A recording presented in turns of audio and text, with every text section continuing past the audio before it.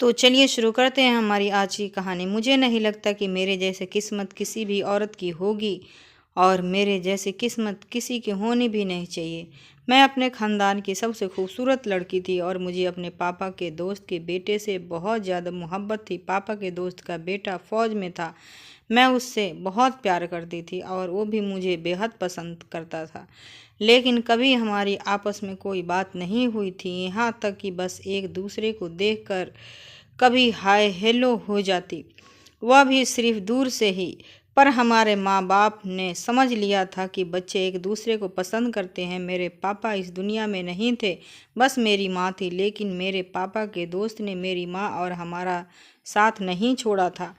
उन्होंने अपनी दोस्ती निभाई थी और हम बच्चों के सर पर अपना हाथ रख दिया था। इसीलिए हम सब एक दूसरे के यहाँ आना जाना था। जबकि मेरे पापा के दोस्त तो जिंदा थे, लेकिन मेरे पापा के दोस्त की पत्नी जिंदा नहीं थी। पापा के दोस्त भी अब बहुत ज़्यादा बीमार रहने लगे थे। उनका एक ही बेटा था जिनका नाम संजय था और उसे फ़ौज में शामिल होने का बहुत शौक था और उसने अपने शौक को पूरा भी किया था। हमारे यहाँ का माहौल ही ऐसा था कि हर कोई देश पर मर मिटने के लिए तैयार रहता। जिसको भी मौका मिलता था फ़ौज में भर्ती हो जाया करता था। देश की सेवा करना हम लोग अपना धर्म समझते थे। हमारे यहाँ के बहुत सारे लोग देश की सेवा में शहीद हो चुके थे। मेरा अपना भाई भी देश की सेवा करते करते शहीद हो चुका था। मुझे पापा के दोस्त के बेटे से बहुत मोहब्बत थी। हमारी इस मोहब्बत के खबर हमारे घर वालों को भी लग चुकी थी और हमारी खुशी की खातिर हमारे घर वालों ने हमारे रिश्ता पक्का कर दिया और हमारी शादी भी हो गई। मैं बहुत ज़्यादा खुश थी और इतनी खुश कि बता नहीं सकती थी। जिससे मोहब्बत की थी वही मुझे मिल गया। इससे ज़्यादा खुशी की बात और क्या हो सकती थी। दिन इसी तरह गुजरने लगे। बस मुझे एक ही बात का दुख था कि संजय मेरे पास बहुत कम रहता था। हमेशा ही संजय बाहर रहता था, कभी कभी घर आता। घर में उसकी एक बहन थी और एक पापा। मैं हमेशा उसका इंतज़ार करती रहती। कोई होली, दिवाली या और कोई त्यौहार होता तब भी वो न आता। तब मुझे त्यौहार की कोई खुशी नहीं होती। लेकिन जैसे ही मैं वह दाखिल होता, मेरे लिए तो होली दिवाली का माहौल बन जाता था। मैं तैयार होती, सजती संवरती और पति के लिए दिल की अपने आप की सजाती, सबसे अच्छे कपड़े पहनती। फिर हम लोग जो समय साथ गुजारते वह बहुत ही ज़्यादा खूबसूरत होता था। पर फिर मुझे वह खुशी भरी जिंदगी में दुख ने डेरा डाल दिया। जब हमें पता चला कि संजय किसी ऑपरेशन पर गया है लेकिन वहां से वापस नहीं आया। सबका कहना था कि संजय शहीद हो गया है, लेकिन उसकी लाश नहीं मिली थी। पर उन लोगों का कहना था कि उसकी लाश को तलाश भी नहीं कर सकते क्योंकि बर्फीले पहाड़ थे और बर्फ अपनी जगह से सरक गई थी। अब उसकी तलाश करने के लिए न जाने कितने टन बर्फ उठानी पड़ेगी और ऐसा तो कोई भी नहीं कर सकता है।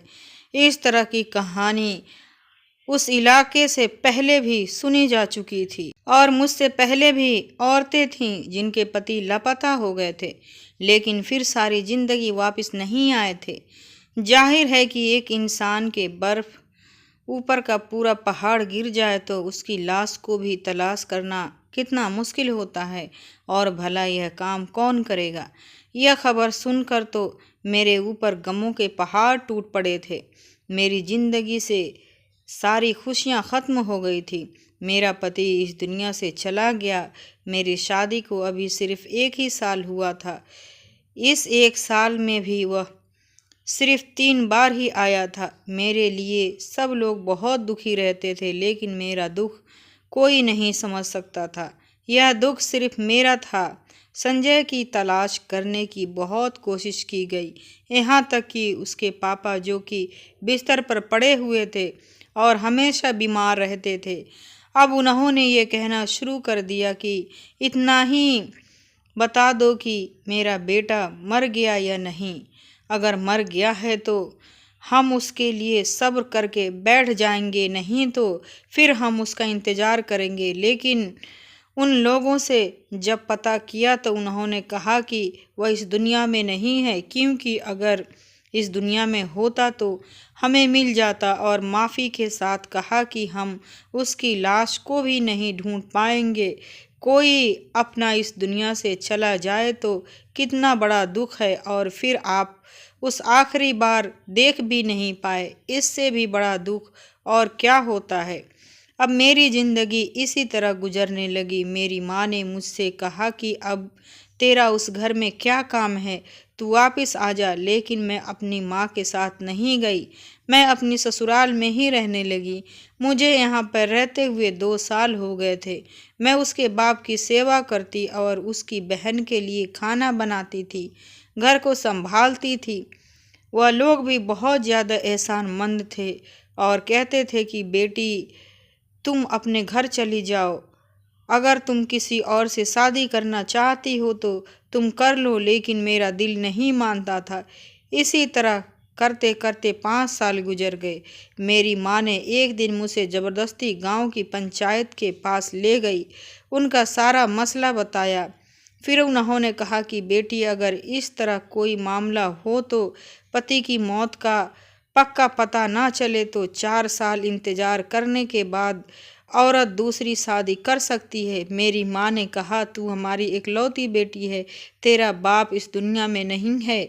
मैंने उससे वादा किया था कि मैं तुझे खुश रखूंगी, तेरी शादी अच्छे घर में करवाऊंगी। इसीलिए मैंने तेरी शादी संजय से करवाई थी, क्योंकि तू उससे मोहब्बत करती थी। मैं चाहती थी कि मेरी बेटी को उसकी मोहब्बत मिल जाए और वो अपनी मोहब्बत से दूर ना रहे। लेकिन 5 साल से तो तुझे ऐसी विधवाओं से ज़िंदगी गुजारते देखकर मेरी दिल पर क्या गुजरती है, तू नहीं समझ सकती।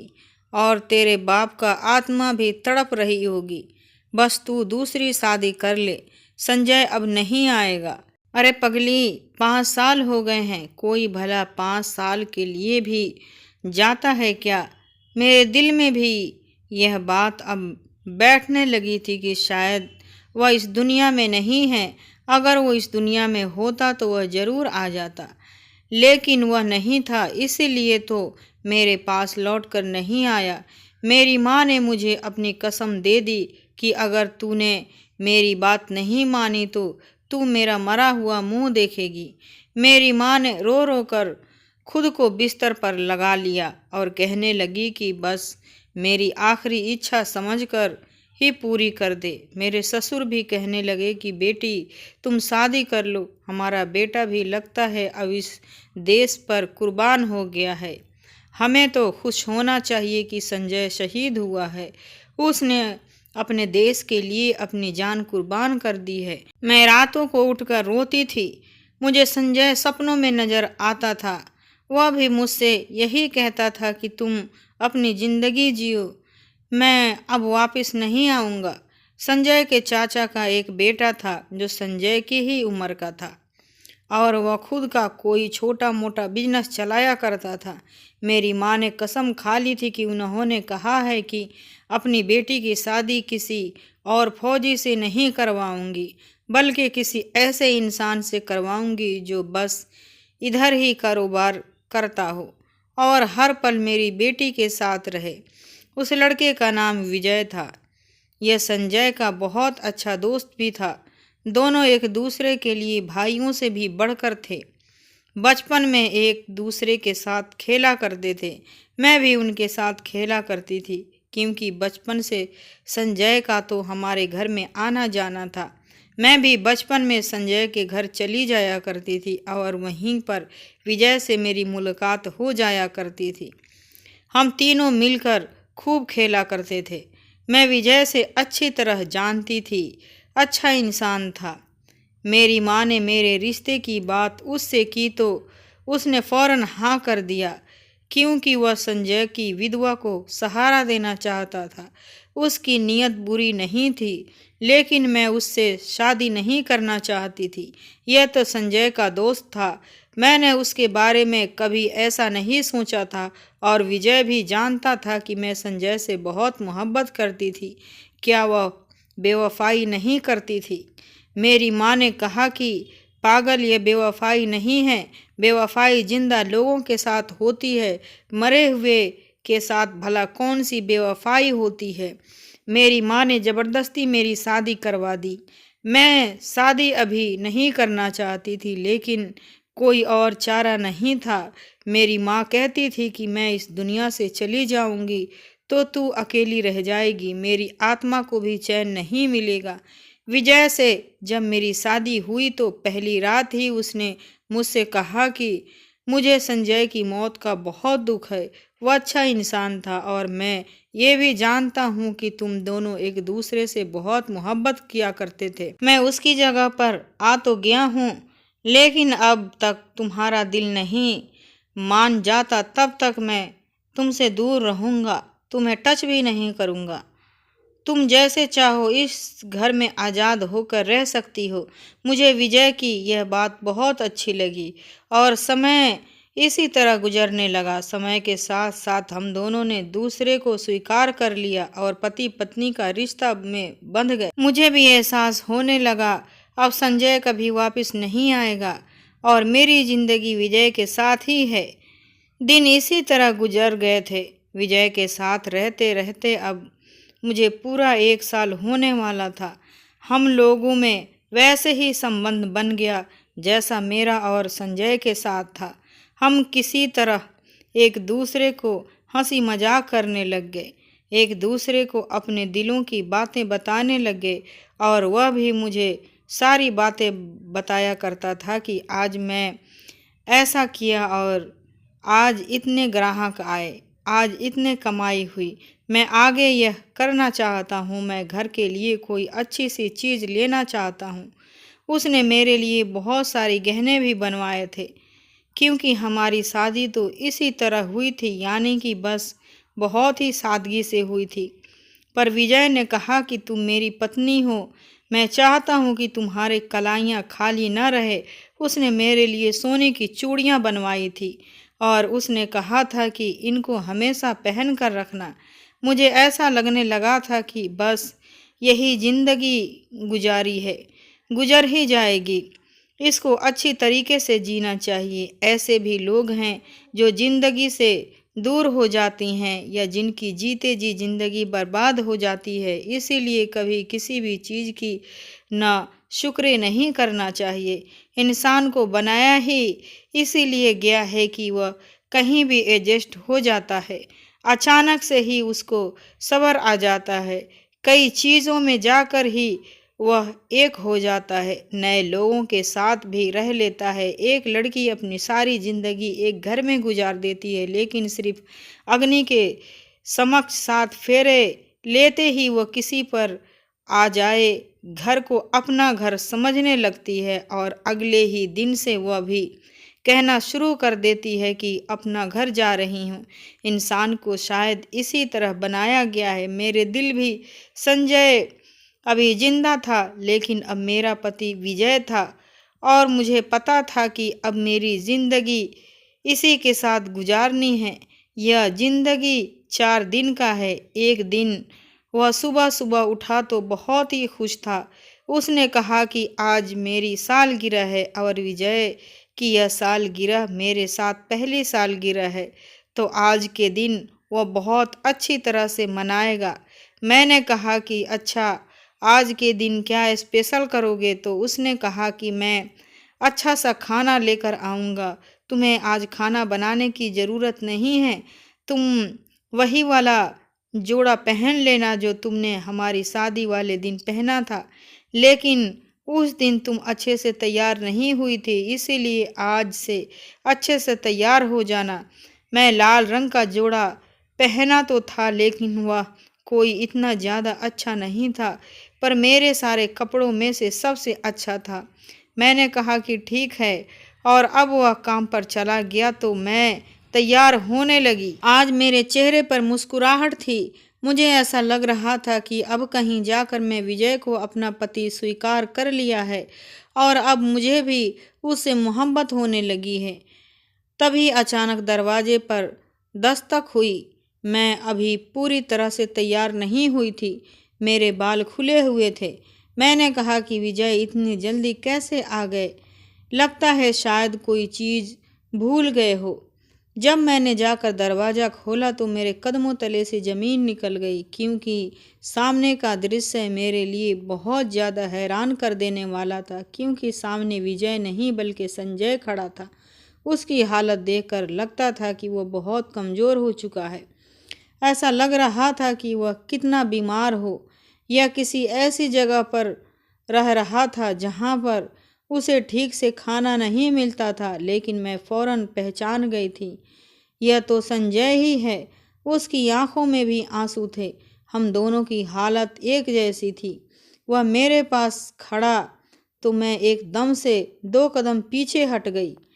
मुझे याद आ गया कि अब तो मैं विजय की पत्नी हूँ, संजय की नहीं। लेकिन ये क्या हो गया? उसने ये क्या बात है? मुझसे दूर क्यों भाग रही हूँ? मैं कितने सालों बाद आया हूँ और तुम मुझसे दूर भाग रही हो। तुम्हें पता है ना मैं कहाँ था? कितने मुश्किल से तुम तक पहुँचा हूँ, पर तुम मुझसे दूर क्यों भाग रही हो? तुम विजय के घर में क्या कर रही हो? मैं तुम्हारे घर गया था, तुम्हारी माँ वहाँ पर नहीं थी, पर सामने वालों ने मुझे बताया कि तुम मुझे विजय के घर पर ही मिलोगी। मैं संजय से कहा कि अंदर तो आ जाओ, अंदर जाकर बैठो। मुझे समझ नहीं आ रहा था कि मेरी हालात अजीब सी हो गई थी। ऐसा लगता था कि कोई जिंदा रहना चाहता है और अब उसके सामने मौत आकर खड़ी हो गई है, जबकि वह पहले मौत मांगता रहा। संजय ने मुझे बताया कि मैं बहुत ही बुरे हालात में था। मैं एक छोटे से गांव में फंस गया था, जहां पर लोगों को मेरी भाषा भी नहीं आती थी। मेरी हालात बहुत बुरी थी। मेरी न जाने कितनी हड्डियां टूटी हुई थी। उन्हें लोगों ने मेरा इलाज किया। वह कोई जंगली लोग थे और जब वह मुझे वापस नहीं आने देना चाह रहे थे, उन्होंने मुझे कैद करके रखा था। उन्हें लगता था कि अगर मैं वहाँ से निकल गया तो मैं उनके रहने की जगह को सब लोगों को बता दूंगा और उनके रहने की जगह पर पहुँच जाएंगे और उनके बारे में जांच पड़ताल करेंगे, क्योंकि वह लोग बहुत ही अजीब थे। सदियों से उनका कबीला उस घने जंगल के बीच में रह रहा था और फिर से मैं भी वहां रहने लगा। एक दिन मौका देखकर मैं वहां से भाग निकला और बड़ी मुश्किल से तुम तक वापस पहुंचा हूं। इसीलिए सब कुछ बहुत ज़्यादा मुश्किल था। वह हिंदुस्तान की बॉर्डर से निकलकर किसी और ही इलाके की बॉर्डर में चला गया था और वहां से घूमता हुआ खुद को बचाता हुआ वापस हिंदुस्तान आया है, क्योंकि वह एक फौजी था। उसे बहुत मुश्किल का सामना भी करना पड़ा था। आज संजय मेरे सामने बैठा था। जब उसने मेरी कहानी सुनी तो मेरी आंखों में आंसू आ गए। वह फिर से मेरा हाथ पकड़ने की कोशिश करने लगा कि मैं पीछे हट गई। मैंने उसे पानी पिलाया और पूछा कि क्या खाओगे? संजय कहने लगा, जो भी खिलाओगे वह खा लूँगा। मैं उसके सामने खाना रख दिया। उसने कहा, तुम्हें कब से यह खाना पसंद आने लगा? मैं तो यह सब नहीं खाता और तुम भी तो नहीं खाती थी। जो भी मैं नहीं खाता था, यह तुमने क्या पकाया हुआ है? वह मुझे नॉर्मल तरीके से बात कर रहा था, जबकि वह नॉर्मल नहीं था। वह बहुत ज़्यादा कमज़ोर लग रहा था। उसके शरीर पर चोटों की कई निशान थे, लेकिन शायद उस बात का सुकून था कि वह घर वापस आ गया है। अब मैं उससे क्या बताती कि अब तो घर उसका था ही नहीं। मैंने कहा कि वह बस ऐसे ही बना लिया था। खाना खाते हुए उसकी आंखों में आंसू आ गए। उसने कहा कि मैंने तुम्हें बहुत याद किया, इधर आओ, मेरे पास बैठो। जब मैंने मना किया तो वह अचानक से गुस्सा हो गया। उसने कहा, मैं इतनी दूर से यहाँ आया हूँ इतने सालों बाद और तुम मेरे पास बैठ भी नहीं सकती। क्या हो गया है तुम्हें? क्यों गैरों की तरह पेश आ रही हो? भूल गई हो मुझे? भला तुमने भुला दिया है, अपने दिल से निकाल दिया है? मैं तुम्हारा पति हूँ, तुम्हारी कोई बॉयफ्रेंड नहीं जो तुम मुझे भूल गई हो। मैं तुम्हारा पति हूँ और मेरा तुम्हारा ऊपर हक है। तुम्हें मेरे साथ आना होगा। तुम यहाँ से इस घर में क्या कर रही हो? अभी वह मुझसे इतने सारे सवाल ही कर रहा था और मेरे पास बोलने के लिए कुछ भी नहीं था। और तब विजय घर में दाखिल हुआ। उसके हाथों में फूल थे और भी काफ़ी सारी चीज़ें थीं। उसने मुझे देखा और जब संजय को देखा तो फूल उसके हाथ से छूटकर गिर गए।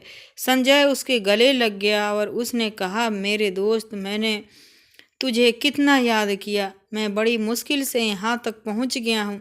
विजय का व्यवहार भी अब मेरी तरह से होने लगा था। थोड़ी देर बाद मेरी माँ भी वहाँ पर आ गई, क्योंकि उनको भी सामने वालों ने बता दिया था कि संजय पूछता हुआ आया था। वो भी संजय के नाम सुनकर परेशान हो गई होगी कि अब वहाँ कैसे आ गया। उसके घर वालों को भी बता दिया गया था। वह सब बहुत खुश थे। वह भी दौड़ के दौड़े विजय के घर चले आए थे। लेकिन जब सबको मेरा ध्यान आया तो मेरा मामला संजय के सामने लाया गया तो विजय के साथ साथ संजय के कदमों तले से भी जमीन खिसक गई। उसने कहा कि यह मेरी पत्नी है। मैं इसको अपनी पत्नी छोड़कर गया था। मैंने इसको तलाक नहीं दिया है। यह किसी और से शादी कैसे कर सकती है? संजय ने मेरी तरफ देखा और कहा, यही थी मेरी तुम्हारी मोहब्बत, बस इतनी ही मोहब्बत थी। मैं इतने दिनों के लिए गायब हो गया, तुमने किसी और से शादी कर ली और उसके साथ रहने लगी। तुमने मेरे साथ बेवफाई की है, अपना मुंह काला किया है, मेरी इज्जत का सौदा कर दिया तुमने। मेरी पत्नी होते हुए किसी और के साथ शादी कर ली तुमने। बहुत बड़ा पाप किया है। मैं तुम्हें कभी माफ़ नहीं करूँगा। मुझे नहीं पता था कि तुम इस तरह की लड़की हो। तुम तो बड़ी मासूम लगती थी।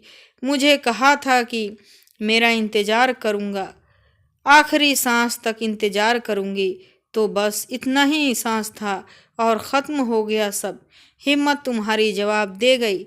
मैं भी तो इतनी दूर था, बुरे हालात में था, लेकिन हमेशा तुम्हें याद करता रहा, यह सोच कर कि तुम्हारे पास वापस आऊँगा, और सीधा तुम्हारे पास वापस आया। अपने घर जाने की बजाय तुम्हारे घर वापस आया। अपने आप को देखने की बजाय तुम्हें देखने की खुशी थी। और तुम्हें क्या किया? मेरे साथ मेरा सम्मान सब खत्म कर दिया। मैं यह सब कुछ सोच भी नहीं सकता था। मेरी आंखों में आंसू। मुझे तो खुद समझ नहीं आ रहा था कि मैं क्या करूं। संजय चिल्लाकर सबको कह रहा था कि आप सब ने यह कैसे होने दिया? यह मेरी पत्नी थी, इसको किसी और से शादी क्यों करने दी? यह तो हमेशा मेरी पत्नी ही रहेगी ना।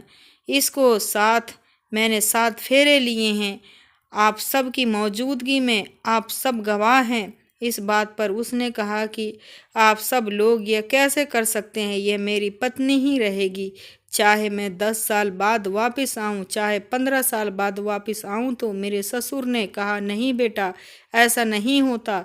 बहुत सारे लोगों ने कहा था कि अगर पति लंबे समय तक गायब रहे तो पत्नी दूसरी शादी कर सकती है, इसीलिए तुम्हारी पत्नी ने कोई पाप नहीं किया है। और यह शादी भी हम सब ने ज़बरदस्ती कहकर करवाई थी। पंचायत ने भी कहा था कि यह शादी कर सकती है, क्योंकि बहू ने 5 साल तक तुम्हारा इंतज़ार किया था, और इतने लंबे समय तक अगर पति ना आए तो पत्नी दूसरी शादी कर सकती है। यह पंचायत का फैसला था। लेकिन संजय चिल्ला पड़ा, लेकिन मैंने इसको तलाक नहीं दी है, फिर यह किसी और के साथ कैसे रह सकती है? इतने पे एक बड़े बुजुर्ग आगे बढ़े और कहने लगे, हाँ, यह बात यहाँ पर सोचने वाली है। अगर पति लंबे समय तक दूर रहे तो पत्नी दूसरी शादी कर सकती है, लेकिन जब 4 साल के बाद पहला पति वापस आ जाए तो पत्नी पहले पति को हो जाएगी और उसी की ही पत्नी मानी जाएगी, यानी पहले पति के साथ ही रहेगी और उसके दूसरे पति के साथ उसकी शादी खत्म हो जाएगी। और इसका साफ मतलब है कि संजय, तुम ही इसके पति हो और विजय, अब तुम्हारा इसके साथ कोई संबंध नहीं। तुम अपने मन से अपनी पत्नी को तलाक दे सकते हो। इस संबंध को ख़त्म करने के लिए किसी भी जोर जबरदस्ती की ज़रूरत नहीं। यह सब सुनते ही संजय के चेहरे पर सुकून आ गया। लेकिन विजय के चेहरे पर पसीने की बूंदें चमकने लगी। उसकी हालत खराब होने लगी। वह कहने लगा, नहीं, ऐसा नहीं हो सकता। मुझे किस बात की सज़ा मिल रही है? मेरे साथ यह सब कुछ क्या कर दिया आप लोगों ने? ऐसा नहीं हो सकता। उन बूढ़े आदमी ने कहा कि ऐसा हो सकता है क्योंकि संजय इसका पहला पति है और उसकी पत्नी मानी जाएगी। मैं भी हैरान परेशान खड़ी थी। जब मेरी माँ मुझे एक पंचायत के पास लेकर गई तब मुझे भी आधी अधूरी बात ही पता थी। मुझे सारी बातें पता नहीं थी कि अगर बाद में मेरा पति वापस आ गया तो वही मेरा पति रहेगा, विजय से मेरा कोई संबंध नहीं रहेगा। मुझे पूरी बात बताना चाहिए था, पर मेरी माँ ने अपनी बातों में लगाकर बात को घुमा दिया था और वह भी शायद बताना भूल गई थी। काश कि उन्होंने उस समय मुझे पूरी बात बताई होती, लेकिन संजय के वापस आने का कोई असर भी तो नहीं थे। यहाँ सब जानते थे कि पूरा गांव जानता था कि उसके माँ बाप ने भी इजाज़त दे दी थी कि मैं विजय से शादी कर सकती हूँ। मैं 5 साल तक उसका इंतज़ार किया था। संजय ने मेरा साथ थाम लिया और कहने लगा, अब तो मेरी पत्नी हो और मेरे साथ चलो। तुम यह सब कुछ भूल जाओ, मैं भी तुम्हें माफ़ कर दूंगा। मैं तुम्हारी हालात समझ सकता हूँ। उस समय तुम बहुत ज़्यादा परेशान होंगी और सब तरह से प्रेशर बढ़ने के बाद ही तुमने विजय से शादी की होगी। संजय मेरा हाथ पकड़कर घर ले जाने लगा और तभी विजय ने मेरा हाथ पकड़ लिया और कहने लगा, ऐसे कैसे मेरी पत्नी है, यह मेरे साथ रहेगी। विजय और संजय दोनों आपस में झगड़ने लगे। मुझे ऐसा लगने लगा कि जैसा मैं कोई चीज़ हूँ जिसके लिए 2 बच्चे आपस में लड़ रहे हैं। सब ने विजय को समझाया कि अब तुम्हारा इसके ऊपर कोई हक नहीं है, तो मैं एक तरफ हो जाऊं। मैं संजय के साथ चली गई। वह मुझे अपने घर ले गया। मेरी हालात बहुत ही अजीब सी थी। मुझे कुछ भी समझ नहीं आ रहा था। उसने कहा कि क्या हो गया है तुम्हें? तुमने लोगों की बातें नहीं सुनी? मैं तुम्हारा ही पति हूँ, फिर मुझसे दूर क्यों भाग रही हो? तुम्हें बड़ा शौक था ना कानून का पालन करने का। पति लंबे समय तक दूर रहे तो तुम दूसरी शादी कर सकती हो। अब तो तुम्हें कानून का पता चल गया ना कि अब मैं वापस आ गया हूँ, तो मैं तुम्हारा पति हूँ। अब उस इंसान को अपने दिल और दिमाग से निकाल दो। वह एक सांप है जिसने अपने ही दोस्त की पत्नी के साथ शादी की है। वो मेरा भाई है, मेरा कज़न है, मेरा सब कुछ था, मेरे लिए भाइयों से भी बढ़कर था। मैंने उसे कभी गौर से समझा नहीं, हमेशा भाई समझा, लेकिन उसने जो किया शायद कोई भी सगा भाई अपने भाई के साथ नहीं कर सकता। उसने मेरे साथ गद्दारी की है। जो लोग हमारे सबके ज़्यादा करीब होते हैं हमारे साथ वही धोखा करते हैं। मैं संजय के साथ रहने लगी। उसका व्यवहार मेरे साथ कुछ अजीब सा था। वह बहुत ज़्यादा चिड़चिड़ा हो गया था क्योंकि वह इतने सालों बाद बहुत बुरे ही हालातों में काट कर आया था। अब वह पहले जैसा नहीं रहा था। उसकी बातों में हर वक्त गुस्सा दिखाई देता था। उसके शब्दों में जहर घुला रहता था। उसने मुझ पर गुस्सा था। उसके अंदर की मर्दानगी उबाल रही थी। जाहिर है उसके लिए यह सब कुछ बहुत मुश्किल था कि उसकी पत्नी 1 साल तक किसी दूसरे मर्द के साथ रही थी। मैं समझ सकती थी, लेकिन धीरे धीरे अब वह ठीक होने लगा था। उसके दिल में मेरी मोहब्बत जागने लगी थी। उधर विजय बार बार मुझसे मिलने की कोशिश किया करता था, मुझे फ़ोन करता था, लेकिन संजय ने मेरा फ़ोन ही तोड़ दिया। अब इसमें मेरी क्या गलती थी? मैं उससे कोई संबंध भी नहीं रखना चाहती थी, क्योंकि अगर लोगों की बात ठीक थी तो फिर संजय ही मेरा पति था। मेरी किसी और के साथ संबंध रखने की कोई ज़रूरत भी नहीं थी। लेकिन मैं बहुत बेचैन थी। सारी सारी रात रोती थी। यह सोचती थी कि मेरी ज़िंदगी तो नर्क बनकर रह गई है। यह सब कुछ मेरी माँ ने किया था। मैं किसी और से शादी नहीं करना चाहती थी। अगर वह मुझे मेरी हाल पर छोड़ देती और फिर संजय वापस आ जाता तो मेरी और किसी से शादी नहीं करनी पड़ी थी। लेकिन जिस दिन सब कुछ ठीक होने लगा था उसी दिन सब कुछ फिर से खराब हो गया। अब मैं क्या कर सकती थी? मैं संजय के साथ 3 महीने रह रही थी जब एक दिन विजय घर आ गया और उसने कहा, मुझे मेरी पत्नी वापस करो। उसकी हालात बहुत ही अजीब सी थी। वह एकदम दीवाना सा हो गया था, बहुत ही दुखी लग रहा था। शायद उसने अपने ऊपर बहुत ही जुल्म किए थे। उसने अपने आप को तकलीफ पहुंचाई थी, खाना पीना भी ठीक से नहीं खा पिया था। उसका घर सूना हो गया था, मेरे बगैर वह नहीं रह सकता था। मैं तो बाहर ही नहीं आई थी। मुझे संजय ने कहा था कि कोई ज़रूरत नहीं है तुम्हें बाहर आने की। बाहर लड़ाई झगड़ा होने लगा और फिर गांव के बड़े बुजुर्ग लोगों को बुलाया गया। उन्होंने विजय को समझाया कि अब तुम इसके साथ आना जाना भी नहीं रख सकते हो और तुम्हारे यहाँ पर कोई काम भी नहीं है, तुम चले जाओ। लेकिन वह मानने को तैयार नहीं था। विजय और संजय आपस में बुरी तरह झगड़ रहे थे और तभी अचानक से मेरी तबीयत खराब हो गई। संजय मुझे डॉक्टर के पास ले गया तो डॉक्टर ने कहा कि मैं माँ बनने वाली हूँ। मेरे लिए ये बात बहुत बड़ी मुसीबत से कम नहीं थी, जबकि माँ बनना हर औरत का सपना होता है। मैं बहुत परेशान हुई थी ये खबर सुनकर, क्योंकि इस बच्चे का बाप कौन था मुझे पता नहीं था। मैं विजय के साथ रह रही थी, हमारी ज़िंदगी अच्छी गुजर रही थी और 2-2.5 महीने से मैं अब संजय के साथ रहने लगी थी और डॉक्टर के मुताबिक मेरी प्रेगनेंसी भी 2.5 महीने की ही थी। और इसका मतलब बच्चे का बाप कौन था किसी को नहीं पता था और तभी पता चल सकता था जब बच्चा इस दुनिया में आ जाता। विजय ने कहा कि यह मेरा बच्चा है, तुमने अपनी पत्नी को रखना है तो रख लो, मैं दिल पर पत्थर रख लूँगा, लेकिन कम से कम मेरा बच्चा तो मुझे दे दो, मैं अपने बच्चे के सहारे रह लूँगा। संजय ने कहा, बच्चा भी मेरा है और पत्नी भी मेरी है, तुझे कुछ नहीं मिलेगा। मैं तुझे जान से मार दूंगा अगर तूने मेरे घर में कदम रखा। मेरी पत्नी का नाम भी लिए। विजय बार बार मेरा नाम लेने लगा। उन दोनों की लड़ाई अब बहुत ज़्यादा बढ़ गई थी, हाथापाई पर उतर आए थे। मैं चिल्ला चिल्ला कर रो रही थी। मुझे ऐसा लग रहा था जैसे यह सब कुछ मेरी वजह से हुआ है। मुझे तो मेरे ससुर ने भी ताने देना शुरू कर दिए और मेरी नंद भी कहने लगी कि तुम्हारे लिए 2 भाई आपस में लड़ रहे हैं। यह तो एक दूसरे के जान हुआ करते थे, एक दूसरे को जरा सा भी दुख नहीं पहुंचा सकते थे और आज कैसे एक दूसरे के लिए दुश्मन से भी बढ़कर हो गए हैं। सिर्फ तुम्हारी वजह से। तुम्हें ही शौक चढ़ा था शादी करने का, पहले पति की पत्नी बनकर बैठना था ना। मोहब्बत की तो दावे सब करते हैं।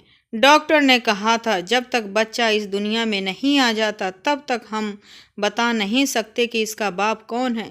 विजय ने पहले ही कह दिया था कि बच्चा मेरा है और जैसे ही बच्चा इस दुनिया में आएगा मैं उसे लेकर चला जाऊंगा। उसने कहा था कि मुझे तुम्हारी भी कोई परवाह नहीं है, बच्चा तुम्हारे बगैर रह लेगा, मैं उसे माँ और बाप दोनों का प्यार दूंगा। मैं परेशान थी कि कहीं यह सचमुच में मेरे बच्चे को न ले जाए। और इधर संजय ने अजीब सी बातें कर दी। उसने कहा कि अगर यह बच्चा विजय का है तो फिर हम यह बच्चा उसको दे देंगे, यानी कि दोनों ही सूरत में ही मुझे मेरे बच्चों से दूर करने की साजिश हो रही थी। मेरे दिल पर क्या गुजर रही थी सिर्फ मैं ही जानती थी। अगर मेरी कोख में बच्चा होता ना तो मैं अब तक खुदकशी कर ली होती। मुझे विजय ने किसी और नंबर से एक मैसेज भेजा। उसने कहा कि मुझे अब तुम पर कोई भरोसा नहीं है और तुम मुझे अपनी ज़िंदगी में वापस नहीं आने दोगी, लेकिन अपना बच्चा मैं तुम्हारे पास नहीं रहने दूंगा, यह बात याद रखना। और मैंने संजय को भी किसी से फ़ोन पर बात करते हुए सुना कि वह मेरी पत्नी है, मैं उसको नहीं छोड़ सकता, मैं उससे मोहब्बत करता हूँ, लेकिन अगर उसकी कोख में उस इंसान का बच्चा है तो मैं उस बच्चे को अपने घर में नहीं रहने दूंगा। मुझे समझ नहीं आ रहा था कि मैं क्या करूं। मेरे अंदर मेरा बच्चा था और मैं एक माँ बन चुकी थी। मैं दोनों की पत्नी बनकर नहीं बल्कि उस बच्चे की माँ बनकर सोच रही थी। और आखिर समय आ गया जब उस बच्चे को पैदा होना था और उसी समय टेस्ट करके यह भी पता चल सकते थे कि उसका बाप कौन है। लेकिन जब मेरी डिलीवरी का आखिरी समय आया तो मेरी तबीयत बहुत ज़्यादा खराब हो गई। डॉक्टर ने कहा कि बहुत कुछ गड़बड़ लग रही है, हमें तुरंत ऑपरेशन करना पड़ेगा। और अब ऑपरेशन करके बच्चे पैदा किया गया तो डॉक्टर ने चीख निकल गई, क्योंकि मेरे बच्चे की पैदाइशी तौर पर ही एक बहुत बड़ी बीमारी थी जिसकी वजह से वो बहुत ही ज़्यादा अजीब सा लग रहा था। ऐसा लग रहा था कि इंसान का बच्चा नहीं है, कोई जानवर का बच्चा है। उसकी शरीर बहुत ही अजीब तरह की थी, जैसे कोई पेड़ की छाल होती है। उसको जो भी देखता उसकी आंखों में आंसू आ जाते और वह कानों को हाथ लगाने लगता। मेरा क्या दोष था, क्या मेरी सजा थी? लेकिन मैं तो ऐसा कुछ भी नहीं किया था जिसकी भगवान ने मुझे इतनी बड़ी सजा देता। दरअसल यह उन दोनों की सजा थी जो इस बच्चे के ऊपर अपने आन को खेल रहे थे। कोई उसका मुझे छीन लेना चाहता था तो कोई उसको खाना नहीं देना चाहता था। रिपोर्ट के मुताबिक यह बच्चा विजय का था, लेकिन अब उसने बच्चे को लेने से मना कर दिया और संजय ने कहा कि मैं इस बच्चे को नहीं पालूंगा। और विजय तो हमेशा हमेशा के लिए ही अब गायब हो गया, क्योंकि उसे सिर्फ अब बच्चे तक ही मुझसे मतलब था। अब उसने इस अजीब से बच्चे को रखने से मना कर दिया था और शहर हमेशा हमेशा के लिए चला गया था। लेकिन जब मैं संजय को कहा कि मैं इस बच्चे को पालना चाहती हूँ तो उसने कहा कि फिर तुम्हें अपने साथ नहीं रख सकता। तो मैंने कहा कि ठीक है, तुम मुझे छोड़ दो। उसने कहा कि ताकि तुम विजय के पास चली जाओ। मैंने कहा कि तुम तो कभी भी ऐसे इंसान नहीं थे, तुम्हें याद है ना, हमने एक दूसरे से मोहब्बत की थी। संजय कहने लगा, अगर तुम्हें वो मोहब्बत याद होती तो तुम उसके साथ कभी भी शादी नहीं कर सकती, तो मेरे दिल से उतर गई हो। मैंने कहा कि तुम भी मेरे दिल से उतर गए हो, और अगर तुम्हें मेरे साथ नहीं रहना है तो बेशक मुझे छोड़ सकते हो। संजय ने मुझे तलाक दे दिया और मैं वापस अपनी माँ के घर आ गई। अब मैं अपने बच्चे को पालती हूँ। दुनिया उसके बारे में जो भी बोलती रहे, लेकिन मेरे लिए तो ये मेरी औलाद है, मेरे लिए मेरी जान है, मेरा सब कुछ मेरा बेटा है। मैं हमेशा उसका ख्याल रखूँगी। डॉक्टर कहते हैं कि ऐसे बच्चों की उम्र ज़्यादा नहीं होती, यह बच्चा कुछ ही समय जिंदा रह पाएगा, लेकिन मेरा बेटा मेरे पास रहेगा। मैं अपनी पूरी जिंदगी कोशिश करूंगी और अपनी जी जान से अपने बेटे की सेवा करूंगी और परवरिश करूंगी ताकि वह ज़्यादा से ज़्यादा समय तक मेरे पास रहे। मेरी ज़िंदगी का मकसद सिर्फ़ और सिर्फ यही है। कभी कभी सोचती हूँ कि मेरी मेरी क्या गलती थी जो मुझे इतनी बड़ी सज़ा मिली है। दोस्तों, वीडियो कैसा लगा कमेंट करके ज़रूर बताइएगा। मेरे इस चैनल को लाइक और सब्सक्राइब